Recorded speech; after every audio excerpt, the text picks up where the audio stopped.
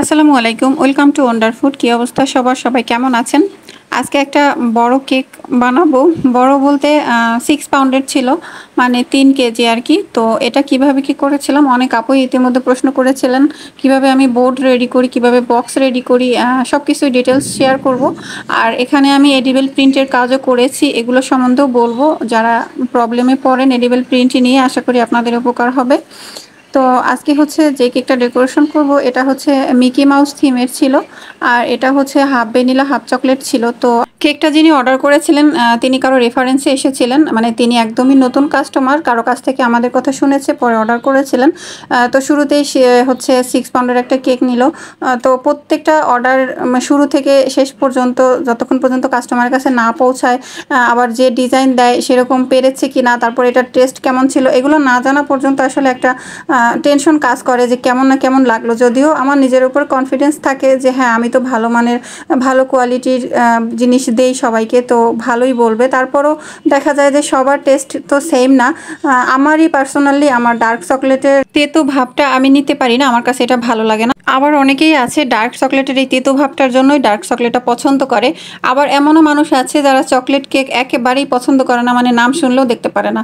আবার অনেকে আছে চকলেট কেকের জন্য মানে খুবই পাগল, এরকম। তো সবার টেস্ট সেম না, আর এই জন্য এক একজনের টেস্ট এক এক রকমের। তো দেখা যায় যে এক জায়গায় যদি অনেক মানুষ থাকে, সবার আসলে সব জিনিস ভালো নাই লাগতে পারে, কারো কাছে ভালো লাগবে কারো কাছে খারাপ লাগবে, এটাই তো। ওভারঅল কি লাগছে সেটাই হলো কথা।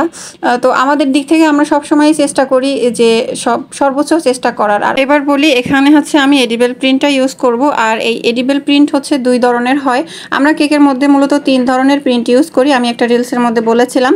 তো একটা হচ্ছে খাওয়া যায় না, আর 2 ধরনের হচ্ছে খাওয়া যায়। এর মধ্যে একটা হচ্ছে সুগার পেপার আর একটা হচ্ছে ওয়েফার পেপার। তো ওয়েফার পেপারের ক্ষেত্রে সেটা কেকের মধ্যে সেট করতে হলে এভাবে ফন্ডেন্ট দিয়ে সেট করতে হয় না, আর সুগার পেপারের ক্ষেত্রে এভাবে একটু ফন্ডেন্ট দিয়ে নিতে হয়। কারণ সুগার পেপারটা বসানোর পরে কেকের মধ্যে কেকের ক্রিমটা যেহেতু ঠান্ডা থাকে, তো এই পেপারটা যখন আমরা ডেলিভারি করি তখন ঘেমে যাওয়ার সম্ভাবনা থাকে, আর ঘেমে গেলে তখন এই কালারগুলো নষ্ট হয়ে যাওয়ার সম্ভাবনা থাকে অনেক সময়।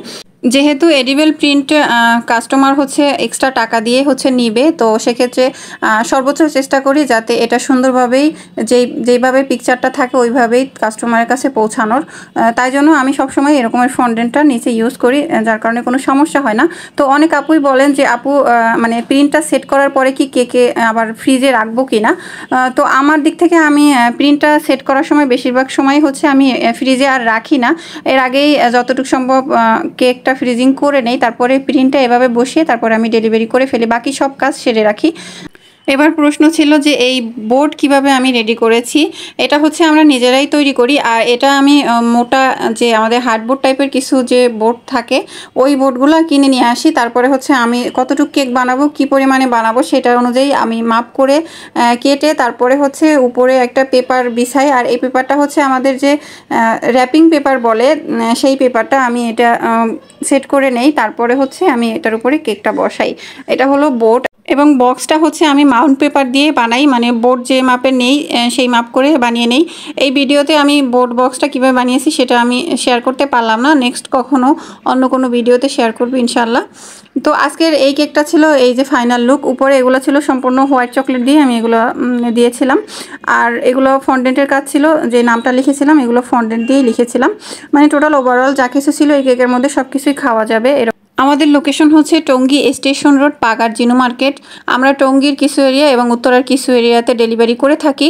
যে কোনো নর্মাল ডিজাইনের কেকের ক্ষেত্রে 2 দিন আগে অর্ডার করতে হয়, আর কাস্টমাইজ কোনো ডিজাইন হলে তাহলে হচ্ছে 4-5 দিন আগে অর্ডার করতে হয়, যখন কোনো গর্জিয়াস কাজ থাকে সেক্ষেত্রে।